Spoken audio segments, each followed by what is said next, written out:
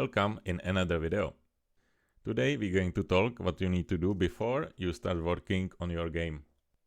I'm going to talk from my experiences and how I created my game year 2031.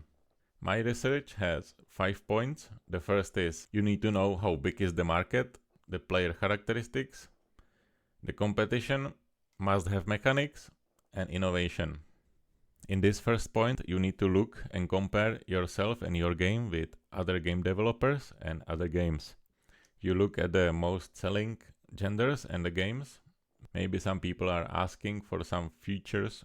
Maybe one of the features is the one what you want to add.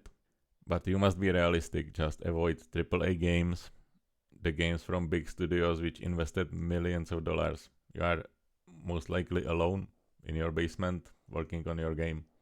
Maybe you discover some very popular game gender or your game already fits into it.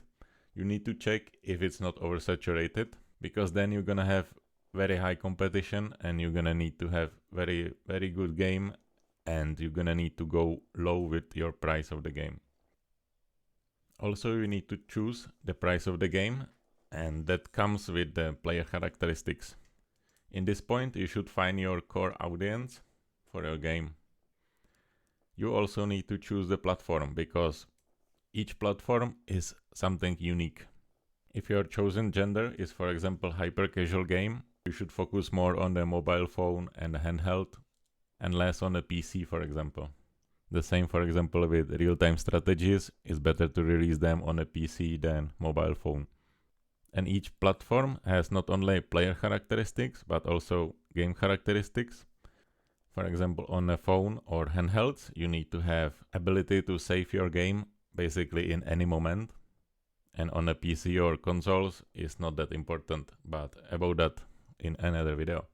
Very important thing is also language. For example, if I release my game in Czech language, which is my language, I'm gonna have very limited amount of potential customers. That's why I'm releasing it in English and I'm thinking about Spanish.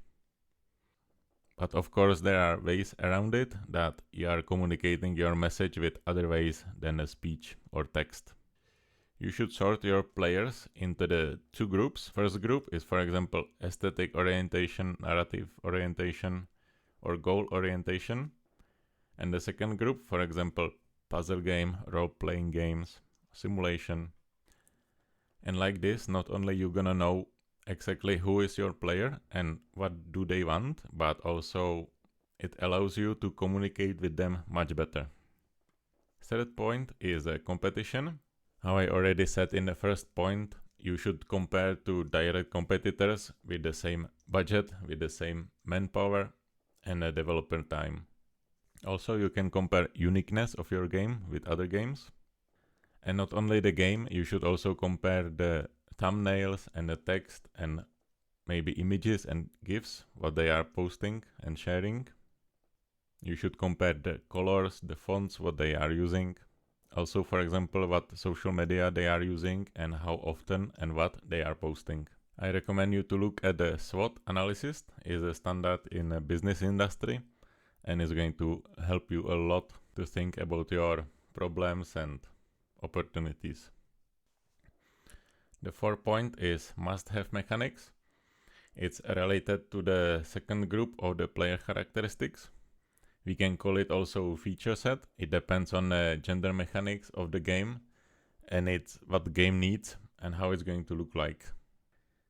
I'm going to do different video about the design pillars and the game loop, where I'm going to explain it much better. But this is the direction you are trying to go for. And the last one is innovation.